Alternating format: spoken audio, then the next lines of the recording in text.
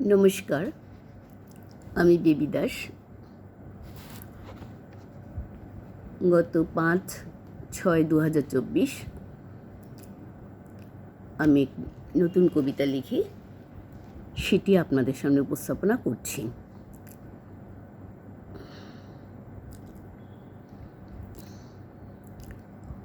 বর্ষাস্নাত গভীর রাতে গাঢ় ঘুমে আচ্ছন্ন ছিলাম। হঠাৎ কে বা কারা যেন গায়ে আলতো করে হাত রাখল। আধো ঘুমে আধো জাগরণে জোর করে চোখ খুলতে গেলাম। চোখের পাতা ভারী হয়ে এলো, শরীরও শিথিল। তারই মধ্যে দেখতে পেলাম কয়েকটি ছায়ামূর্তি। অমতাবস্থাতেই প্রশ্ন করলাম, কে কে তোমরা? ওরা বলল, আমরা ঈশ্বর। ভয় কাটল, জড়তা সরল। প্রশ্ন করলাম, কেন এসেছো? আমি তো তোমাদের তুষ্ট করার জন্য ফুল, বেলপাতা, তুলসী দিয়ে প্রদীপ জেলে পুজো করি না, নৈবেদ্য সাজাই না, দিই না দামি মিষ্টি বা কম দামি নকুলদানা। তবে ওরা বলল,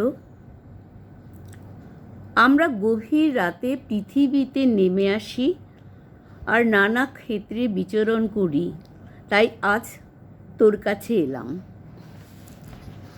বললাম, এসেছই যখন তখন আরেকটা প্রশ্ন করতে পারি? বল,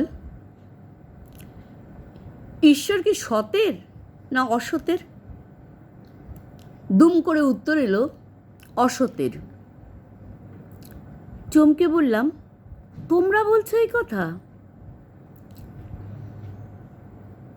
কত লোক নানা উপাচারে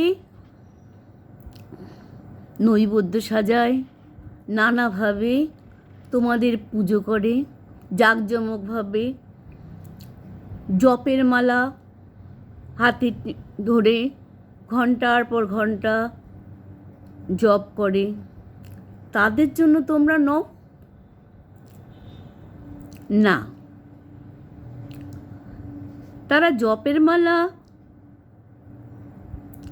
জপলেও মনে মনে অস্থির থাকে।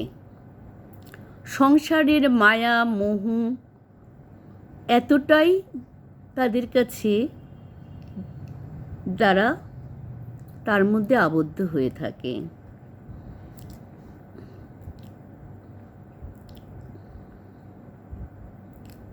সতেরা সংখ্যায় 10%, অসতেরা 90%। অসতের সংখ্যা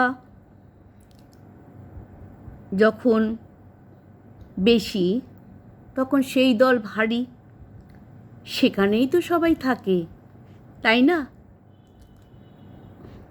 জোর করে পলক খুলতেই ঢাঁ। অবাক হয়ে বললাম,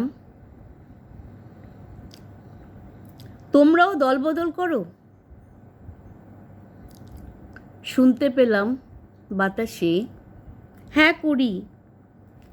কিন্তু কেন? না হলে যে আমরা আমাদের অস্তিত্ব বজায় রাখতে পারবো না, আমরা বিপন্ন হয়ে যাব।